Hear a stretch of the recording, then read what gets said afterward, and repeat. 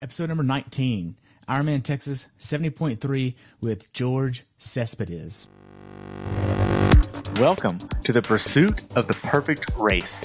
My name is Terry Wilson, and with each episode, I'll bring athletes to you that share their experiences at races in order for you to find your perfect race.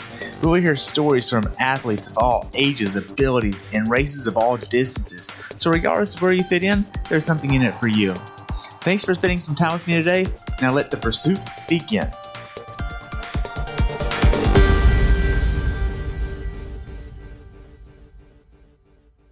Welcome to the next episode of the Pursuit to the Perfect Race. Today I have the pleasure of talking with George Cespedes about his race at Ironman Texas 70.3 that took place on April 8th, 2018. The temperature on race day was low 40s starting off and warmed up slightly. The water temperature was 69 degrees. He is the owner of Tri-Animal Endurance Coaching and runs Tri-Animals, which is a club that is unique and different than most of the tri-clubs or teams. He has been doing endurance sports for more than 20 years and triathlons for more than 20 years. He did Kona in 1993. I look forward to hearing about your race, George. Welcome to the show. Thank you. It's good to be here, Terry. Awesome. So what made you want to do this race? Ironman Texas? Yeah. All of you guys. This is my third year going to Texas. You know, my first year going, which was 2 years ago, my friend Tracy Winterbottom had asked me, if I wanted to go to Texas to do a race. And I was like, all right, I'll go. And went down there and made a bunch of friends that are now lifelong friends. So I go every year to see my Texas, Oklahoma people. Nice. So how was your training going into this race? Actually, honestly, not really well. Toward the middle of the season last year, I was in a pretty bad bike accident, and it kind of put a damper on the second half of my year last year. And then on January 1st, I was doing the rescue run here in Colorado Springs, which is where we raise money for rescue efforts up on Pikes Peak and in the mountains. And I tore my right calf. So I spent the next 6 weeks not running. Wow. So came into this race a little overweight and a little undertrained, but still had a great time. Nice. So tell me about your Tri-Animals. What is this club? So Tri-Animals is actually a community of triathletes. What we wanted to do is we wanted to create an atmosphere that was completely inclusive, that was completely supportive, and it's internet-based. It's mostly on Facebook. And we're now, I can't even say nationwide anymore because we have members from Australia and South Africa and Mexico and Europe and Canada. So we're kind of worldwide group. And, we're all about supporting and, lifting each other up and helping us be better athletes and hopefully better people as well. Nice. And you can be in other groups as well. You don't have to be exclusive to Tri-Animals. Yes. 90% of the people that are members of Tri-Animals are also members of either their local triathlon club, or they may race for Big Sexy Racing or for Tri-Bike Transport or for anyone. And everyone's welcome in Tri-Animals. And then we also have a component at Ironman and with USAT where people can represent Tri-Animals and actually score points for Tri-Animals. Nice. And y'all offer kits that are totally separate as well, too, right? Yeah, you can. If you want to purchase a kit, you can purchase a kit.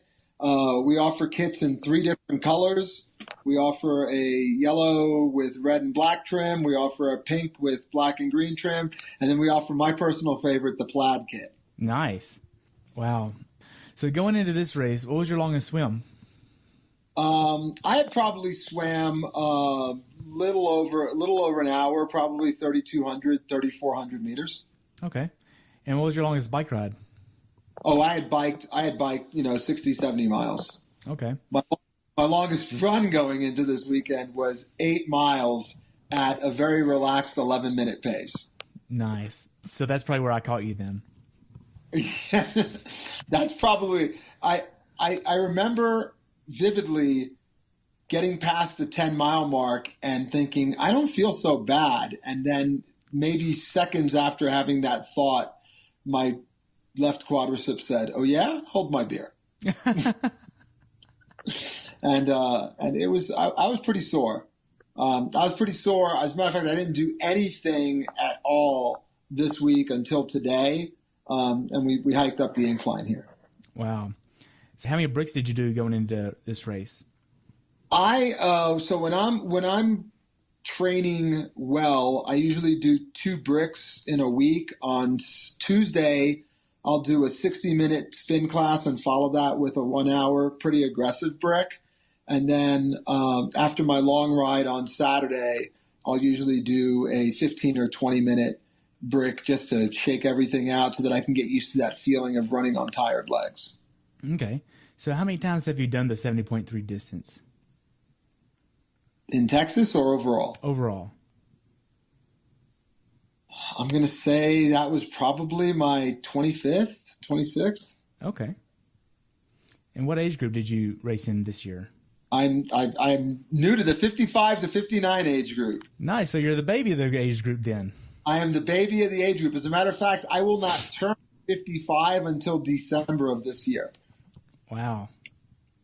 But your triathlon age race is your race on the last day of the year. So what nutrition did you use on race day? I use F2C. So I use their endurance formula. And I also use the Enduro Bites bars, and then also some goo. So usually at a 70.3, I'll take some type of nutrition every mile that ends in 5. So at 5, 15, 25, 35, 45, 55. And I usually go Enduro bar, goo, Enduro bar, Enduro bar, goo, Enduro bar. And this way I have something solid right before I start the run. And then on the run, I usually grab a banana once or twice. Okay. Obviously, I drink the Gatorade on course. So what was your mindset going into this race? Honestly, I wanted to go and have fun and see what I could do. Being out of shape, undertrained, I just wanted to see what I could do, and be there for some of the newer people. One of the girls that traveled with us, this was only her second 70.3, so we wanted to be there to help answer her questions. And my biggest reason for going to Texas was to see you and the rest of my Texas and Oklahoma people. Nice. Now, this was Anne Marie's second time doing the race, right? Yes. She did really well. She got a PR, right? Yeah, she got a 21-minute PR. There you go. There's a lot of 20-minute PRs this weekend. And considering how miserable we thought the weather was, well, you had a PR too, didn't you? Yeah. Well, go ahead and brag. How was your PR? It was 5 minutes or so. 5 minutes. That's awesome. So how are you feeling now? You ready to conquer the world and go to South Africa? Shit. Well, I'm going to be recovering this week and building right back up to go to Chattanooga pretty soon. Okay. So you're doing Chattanooga 70.3? Yeah. I may actually see you out there. I'm not racing, but I may go out there because I have some friends that live there. And that's also becoming like one of my favorite cities on our tour. We have all these ideas that we want to go and do all these different races, but this was my 3rd year at Galveston. This will be my 4th year at St. George. Because you go to these races and the communities are so welcoming, and then you got athletes that you become friends with, and they're regionally located, so it's easy for them to get to that race. So it's a good way to have a reunion with your friends. Right. So when did you start traveling to Galveston? I flew down on Thursday. Usually I fly down on Friday, but I wanted to try something a little different. Fly down on Thursday, have an extra day before the race, and then we flew home Monday. Okay. How'd you get your bike down there? I used Tri-Bike Transport. Nice. How was that? I love Tri-Bike Transport. Tri-Bike Transport, I think, is the best deal in our sport.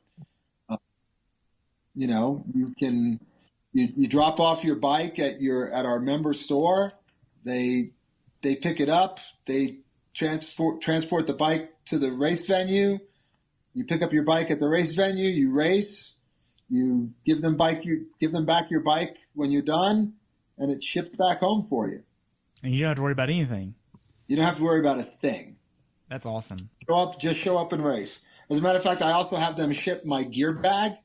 So my helmet, my shoes, my kit, my running shoes, sunglasses, nutrition that I'm going to have on race day, that all gets shipped with my bike. So I don't ever have to worry about anything being missing day before the race. And, one of the things that people don't think about when it comes to, because I'm always talking up tri-bike transport because I love tri-bike transport. And a lot of people will tell me, well, it's too expensive. And, I can see where they're coming from. But when I travel to Galveston and I rent a car, I rent a little compact car and I pay $30 a day for it rather than renting an SUV that'll hold my bike and paying $80 or $90 a day for it. So there's your savings on top, with your rental car and the amount of gas that you need to put in your rental car. And then for me, the biggest thing is time, effort, and convenience. I don't have to worry about putting my bike together. I don't have to worry about, did I do something incorrectly? My bike, I drop my bike at the shop. I ask them to get it race ready. They get it race ready, and it's picked up by Tri-Bike Transport. I pick it up at the race venue. I race. I give it back to them, and then I see my bike back home in a couple of days. Nice. So how far away from the race venue did you stay? We probably stayed 15 minutes away from the venue. Okay. Yeah, we got an Airbnb this year. The last 2 years we stayed at a hotel that was maybe a minute from the race venue. But this year we decided that we wanted to, be able to make our own breakfast and make our own coffee and, kind of relax. And we really took advantage of that. I'm leaning much more toward the Airbnb, VRBO way to go in the future. Okay. So now then, the day before the race, what was the final workouts that you did before the race? So the day before the race, there's a group of us that traveled together. We met at a friend's house that's on the canals on the eastern side of the eastern side of the island. And so there are some canals, and we were able to do a swim there.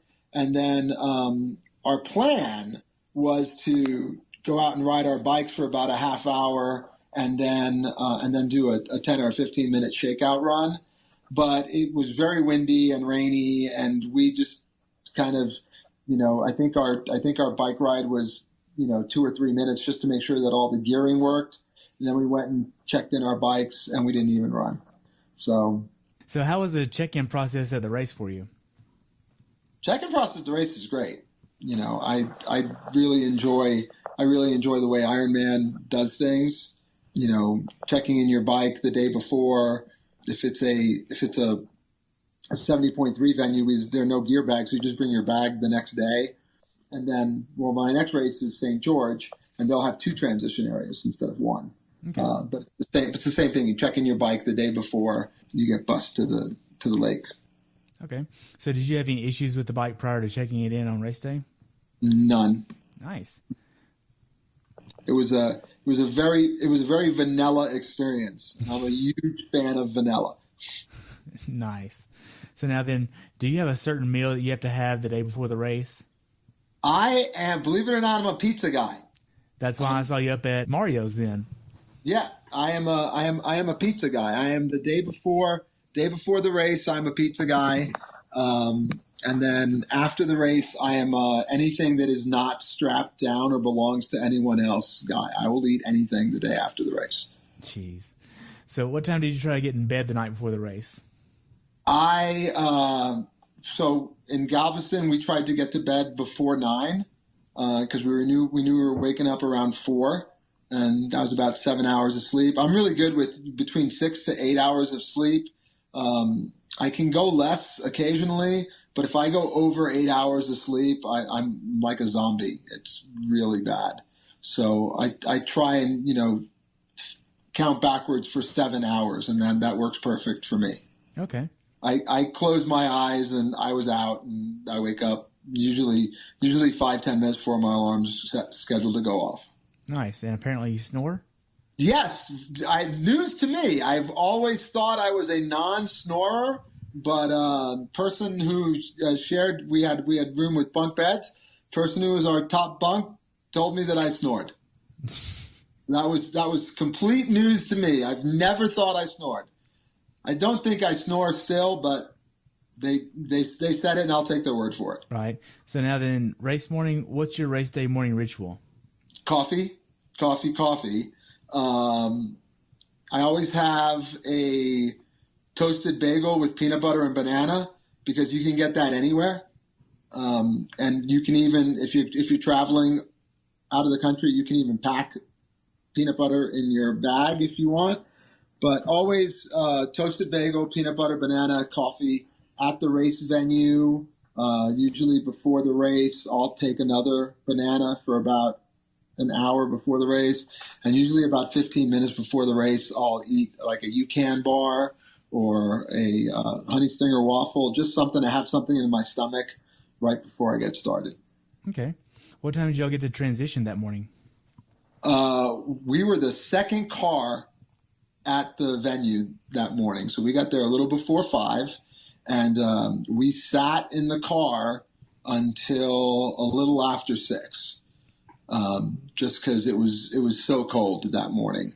So we parked right next to the porta potties, so we were able to go in and out of the porta potties, and then we just grabbed our bags and went and set up transition and headed to the beach.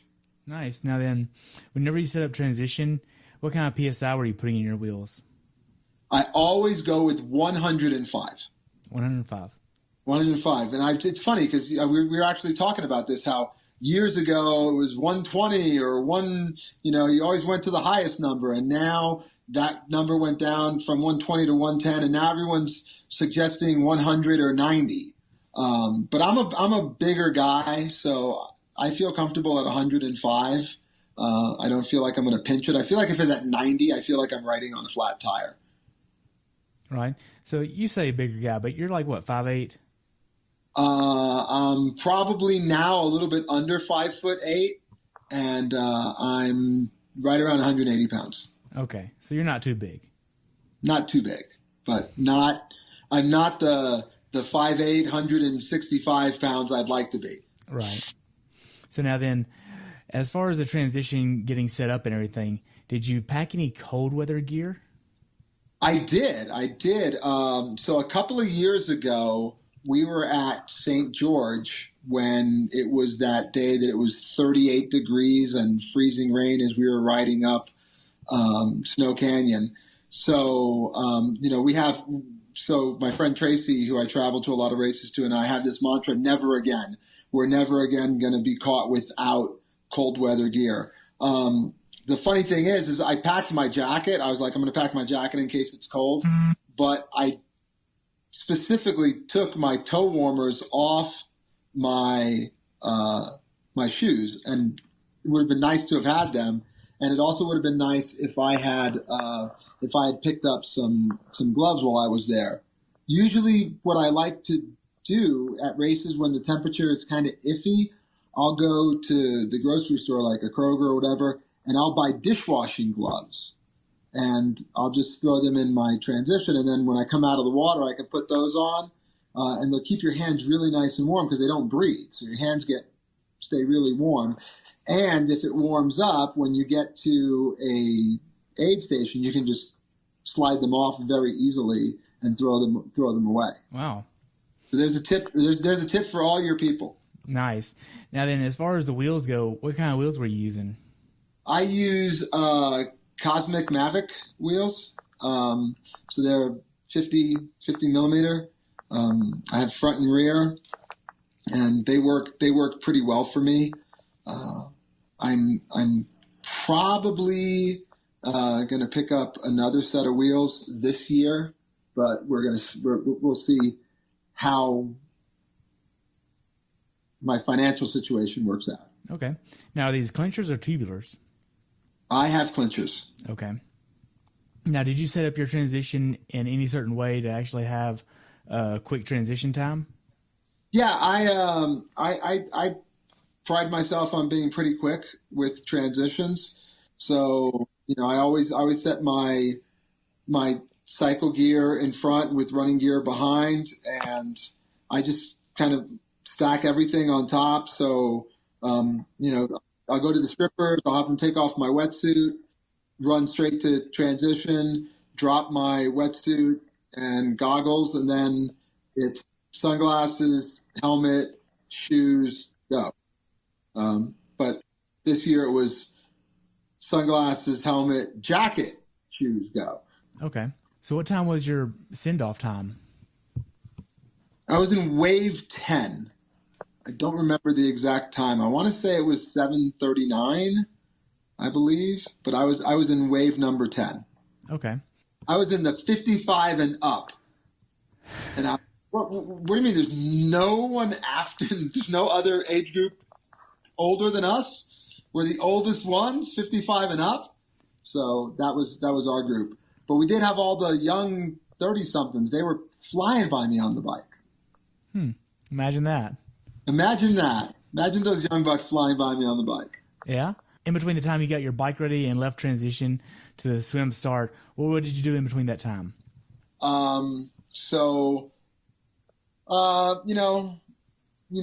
up my bike, and I was probably one of the last people out of transition. And so we kind of walked over. There's the Moody Gardens they have that little inside area. So we kind of went in there for a little while just to warm up, used the restroom one last time. Then I headed down toward the beach, ran into a couple of other friends of mine from Colorado, chatted with them, and then got with my group, and off we went. Nice. So for the swim, you obviously used a wetsuit. Did you use a full sleeve or no sleeve? I used a full sleeve. Full sleeve? Full sleeve. I'll use a full sleeve 99% of the time when it's wetsuit legal. The exception to that will be, up here in Boulder in August. Because if it is wetsuit legal, that means the water is probably going to be about 75 degrees. And I swim in that body of water so much that I'm used to it. So, a sleeveless kind of feels good for me.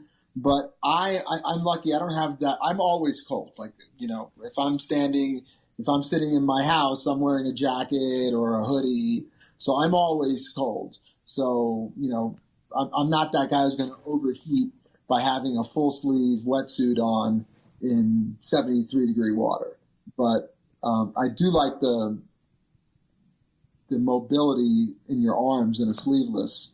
But you're faster in a full sleeve. So it's a 6-1, half dozen another. Okay. Now, the final few minutes before your race started, what were you doing? Talking to people, as a coach, you're always coaching, this. And so you'll always hear someone who's a little nervous, and they'll have some anxiety or some trepidation about getting in the water. So I spend a lot of time, just telling people, hey, it's going to be okay. You've done all your training. You're ready to go. Just count the buoys on the way out. So we'll count the yellow buoys to the first turn buoy. And so now you know that if there are 5 yellow buoys before you get to the turn buoy, when you get to the 4th yellow buoy, you're almost there. And, so just kind of playing mind games with people and helping them. I remember my first full Ironman race. Joy Hansen was also doing the race. And I remember the day before the race just talking about how I was nervous about the swim. And she said there's a boat that you turn around at. She goes, break the swim down to 4 parts. Halfway to the boat, from halfway to the boat to the boat, from the boat to halfway to the pier, and from halfway to the pier to the pier. And, I just kind of, in my mind, broke that down. And it just made it such a non-daunting accomplishment. It just made it, a swim. So I try and help people with that. And I'm always, well, you know me, I'm always talking to everyone. I don't think I ever spend a moment. Yeah, it's hard. It's hard. That 5 seconds you asked me to be quiet, I was like, I don't know if I can do this. So you're using a wetsuit. What wetsuit were you using? Xterra. Xterra. Did you like it? I love Xterra. I own nothing but Xterra wetsuits. I'm a very brand loyal guy. So I've nothing but Xterra wetsuits, nothing but Rudy bike helmets and sunglasses, nothing but Saucony running shoes, nothing but Ownway apparel and Pactimo apparel for our teams. Always use Tri-Bike Transport. I'm very loyal, and when I find something that works, I stick with it. Nice. So now we're using tinted goggles or clear goggles today?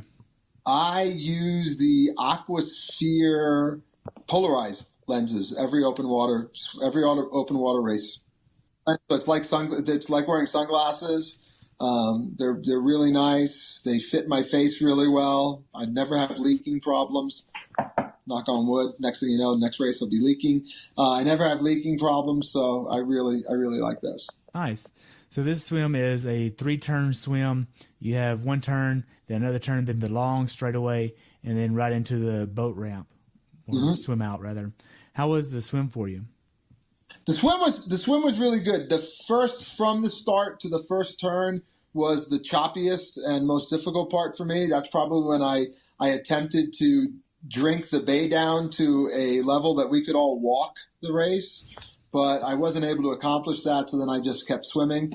When we made the first turn, I breathed to my left. I only breathe on one side. I breathed to my left, so the chop was hitting me in the back of the head. So that was really nice. And then when we turned to head for the long straightaway, the chop was kind of behind us, and we were kind of swimming with the current.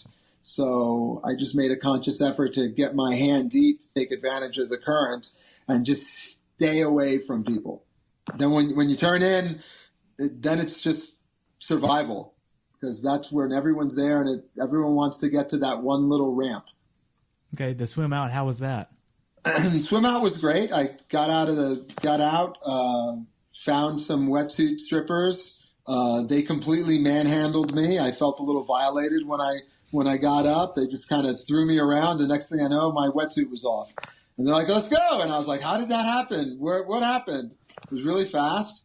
Then I kind of jogged out to my bike, and off we went. So now, did you do anything in T1 to help you prepare for the cold weather? I put a jacket on. I had wished that I did put socks on. I usually don't ride my bike with socks on. I usually wait until T2 to put on socks if it's a half Ironman or longer. But I actually put my socks on before the bike ride this year, and that made my transition time a little bit slower.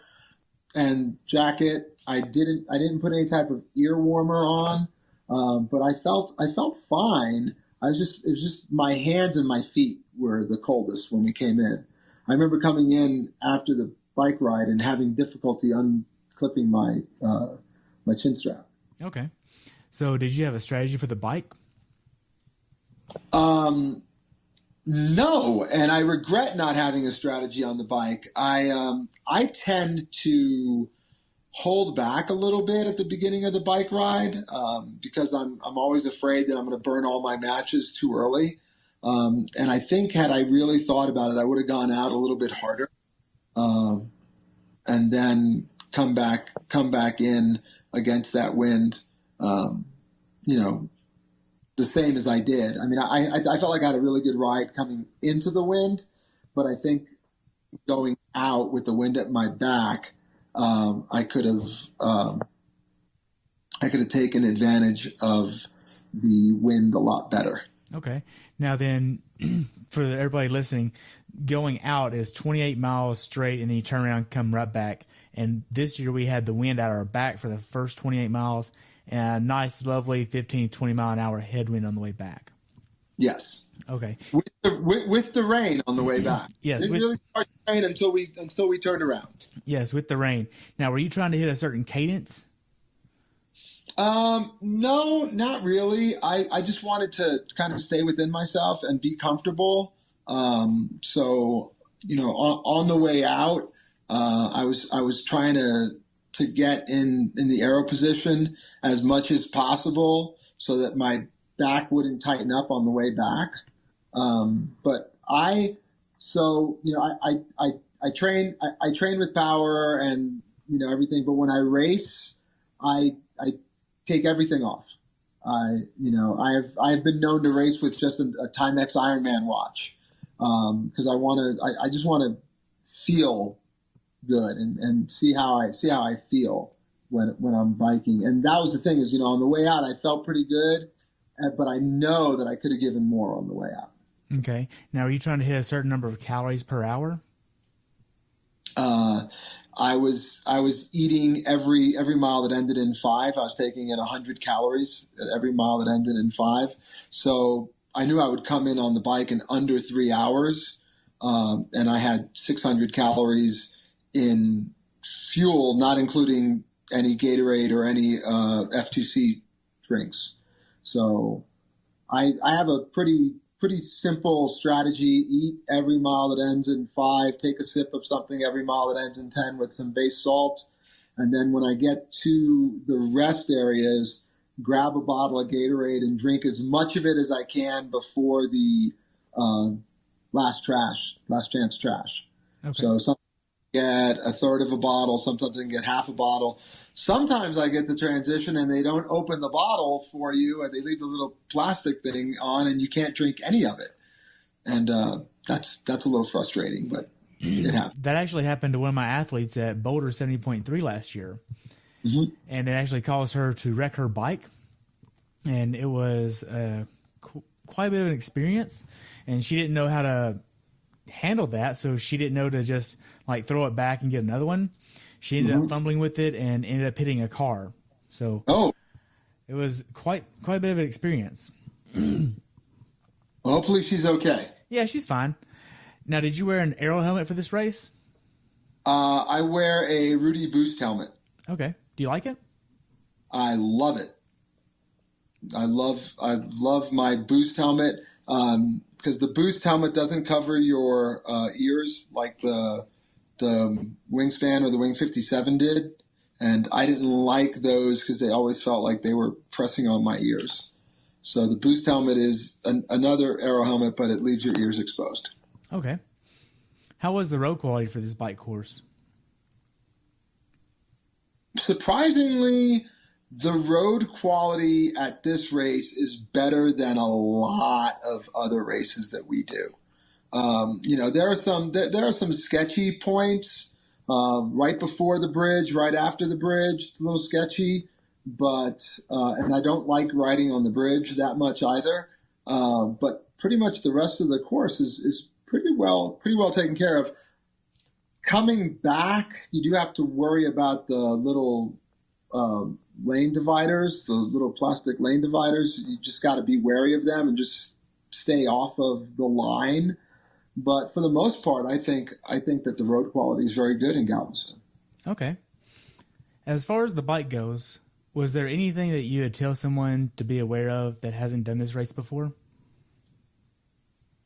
Be aware of the fact, especially if you're coming from Colorado or anywhere else where it's hilly and we tend to ride. So one of the advantages of riding uphill is you get to come downhill. And so you work hard going uphill, and when you come downhill, you kind of coast and let your body weight work and, spin really easy.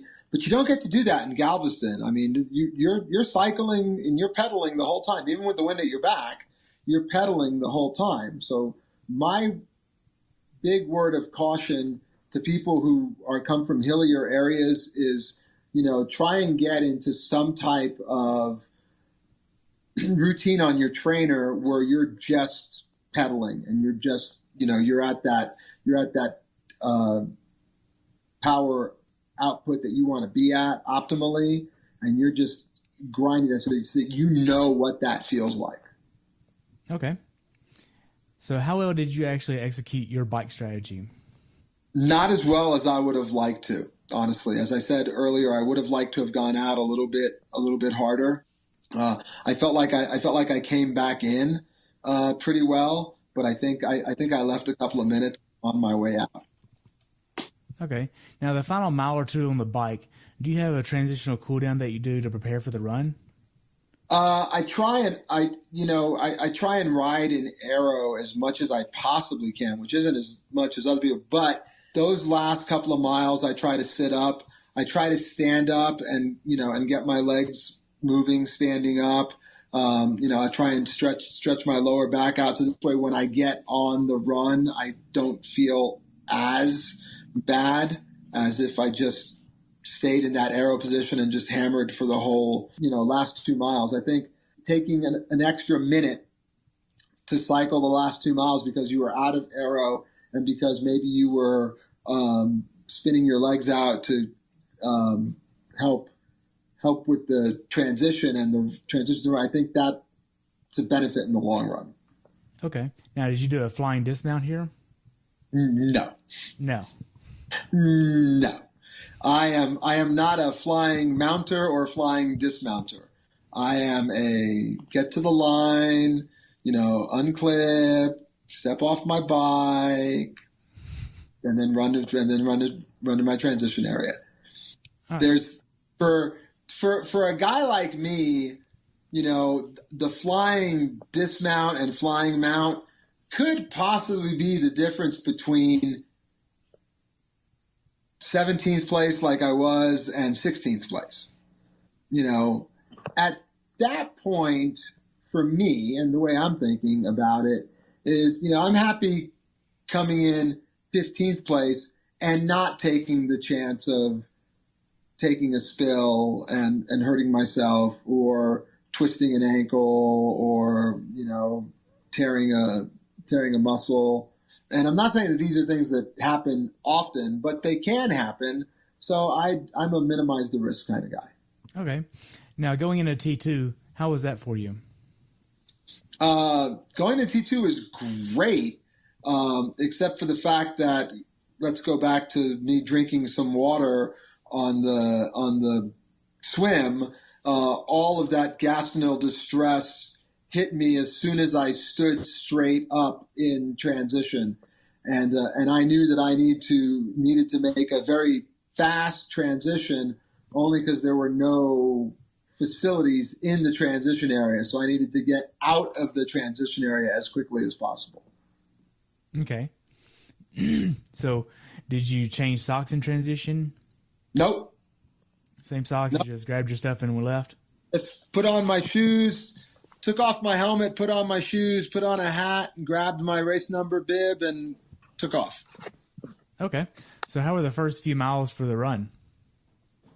First few miles on the run were, I had to make a stop, had to make a pit stop, but other than that, they were pretty good. Okay. So now, did you have a strategy for the run? No, I had not been, as I said, I came into this race, overweight and undertrained. So my strategy was just to run and feel comfortable running. And as I said, the first 2 miles I couldn't feel my feet because they were frozen. And then after that, I could feel my feet. And I was running at a pretty decent clip.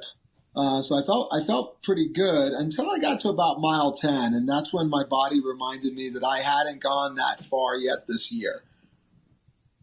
Wow. How was the support on the course for you? Awesome. I love the Galveston course. I love the people in Galveston. I love the fans. I love the other athletes. Lots of conversations, lots of good job, lots of high fives. It's a 3-loop run, so you see the same people over and over and over again, and it's just good. I love our community. I love the fact that our community is as encouraging as it is. Nice. So, were there any hills or rough terrain on the run for you? No. The run in Galveston is pretty flat. I was not a fan of the sewage treatment plant that we ran by a couple of times, but if that was the worst part of it, it was pretty good. There's that little hill. Someone wrote a sign, "Who says there are no hills in Texas?" And everyone from Colorado said we do. So mentally, how hard was this race for you? It really wasn't very hard mentally. I've done the course 2 other times before, so I was familiar with the course. I knew that I was going out there to see friends and family and have a good time. And I knew that I wasn't going to sniff a PR or a podium slot or anything. So it was more about having fun. with that being said, had it been 75 degrees and, slightly overcast, it would have been a lot more fun. That's true. So how were the final few miles on the run for you? Let's just say that it was hard, but the beautiful thing about the three loops is you kind of memorize where all the signs are. Here's mile 1, here's mile 2. So when you get to mile 10, which is when I started to feel uncomfortable, it was not so bad for me because I was like, okay, here's mile 10. I know that the mile 11 sign is over here, and I know that I just have to run this part. And as I get closer, it'd be like, oh, now I just have to make this turn, and then there's this water stop, and then we're going to go up this hill, and then there's going to be 11, and then we're going to come around, and then there's going to be 12, and then anyone can run 1.2 miles, 1.1 miles. When we got to 12, I felt pretty good. Okay. Again. So how was the last 800 yards of the race? The last 800 yards of the race is the best. Any race you're at, when you get on the carpet and and Dave announces your name, that's a pretty good feeling. Yeah. So right after the finish line, what'd you do next? So it was funny because two of the people that I traveled with, both of them finished within a minute of me. So I was the last one. So I came across the finish line, and they were still in their hugs and congratulations mode. So for me, it was more hugs, more congratulations, stop for a photo, and then straight to athlete food. Nice, which was pizza by Papa John's. Pizza, one of my favorites. Never complain about pizza. Exactly. So how was your recovery process? So the race was Sunday. We flew home Monday. Tuesday, my plan was to get in a swim, but unfortunately, I had a lot of work commitments that I needed to get to, so I wasn't able to do that. And yesterday was a planned day off. And then this morning, I went on a little hike with some friends here, a local hike. So that's my first activity was today. And then tomorrow I'll swim and jump on a bike for 90 minutes and have a decent spin. Nice. So looking back on it, how well prepared do you think you were for this race? I was ill prepared for this race. I think I was prepared mentally, and I think I was prepared as far as cycling goes, but I don't think I had put in as much swim effort as I needed to or should have, and I know I didn't have enough miles on my running legs. Okay. What's something that you learned from this race that you'd like to pass on to someone else that hasn't done this race before? Be mindful on the bike. There was a lot of drafting on the bike this year. There was a lot of blocking and such. So just be mindful of that, because when you're racing, there are other people out there as well, and your experience is going to be a lot better if you're aware of the rules and aware of what you should be doing and what you shouldn't be doing. Also, be mindful on the bike. Okay. So how can athletes follow you? Easiest way to follow me is on Facebook. Join the Trianimals page on Facebook. You can also follow me on Twitter and Instagram at TrianimalGeorge. Yeah. Awesome. So we covered a lot. Do you have anything else you'd like to add about this race? I definitely highly recommend it to people. It's a fun venue. It is even better group of people. There are some really great people that you get to meet in Galveston. And there's great food in Galveston. Okay. So what's next for you? St. George. Nice. St. George. I fly to Vegas 3 weeks from today. Wow. So we covered a lot, and I only have one more question for you.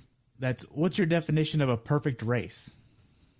My definition of a perfect race A race that you go into where you know that you're in shape for the race, a race that suits your strengths well. Everyone's different. Some people are better swimmers than others. Some people are better cyclists. Some people are better runners. I happen to honestly be terribly average at all three. I'm not great at any of them. So for me, a perfect venue is someplace where the water in the swim is kind of choppy, because I'm not a really fast swimmer, but I'm a strong swimmer. So if there's some chop that needs to be dealt with, I'm okay with that. Whereas a lot of times a really excellent swimmer is bothered by that. And then ideally I'd like to have a rolling hills bike course. So not Galveston, which is completely flat, and not St. George, which is completely hilly. And those happen to be two of my favorite venues, so I go to those races. But the Boulder bike course sets up really well for me. Rolling hills, lots of straightaways, not a lot of turns. So you really can get into a groove and a rhythm. And then a bike, a run course for me, if the hotter the better. If it's uncomfortably hot, I'm gonna fare better than most other people. So that'd be a perfect race course for me. Would be swimming in Galveston, saltwater wetsuit legal, choppy, good for stronger swimmers, not necessarily faster swimmers. A bike course like Boulder, lots of rollers, and then a run course along the lines of Chattanooga or Cozumel, where it's just brutally hot. Wow. Well, thank you so much for your time. I've enjoyed hearing about your race, and I look forward to following you in the future. That's all the questions I have. Been great. Thank you. All right, Terry. Thank you so much. Take care, and I look forward to seeing you soon. Awesome. Have a good day, okay? You too. Bye. Thanks for tuning in today. I hope you were able to learn something from today's episode. If you enjoyed the show, please take a minute to leave a review on iTunes or share it with a friend. Be sure to subscribe so you never miss an episode. If you'd like to see pictures from this athlete's race, learn more about who I am, what I'm doing, or be on the show yourself to share your story, check out my website at CoachTerryWilson.com. Until next time, continue the pursuit.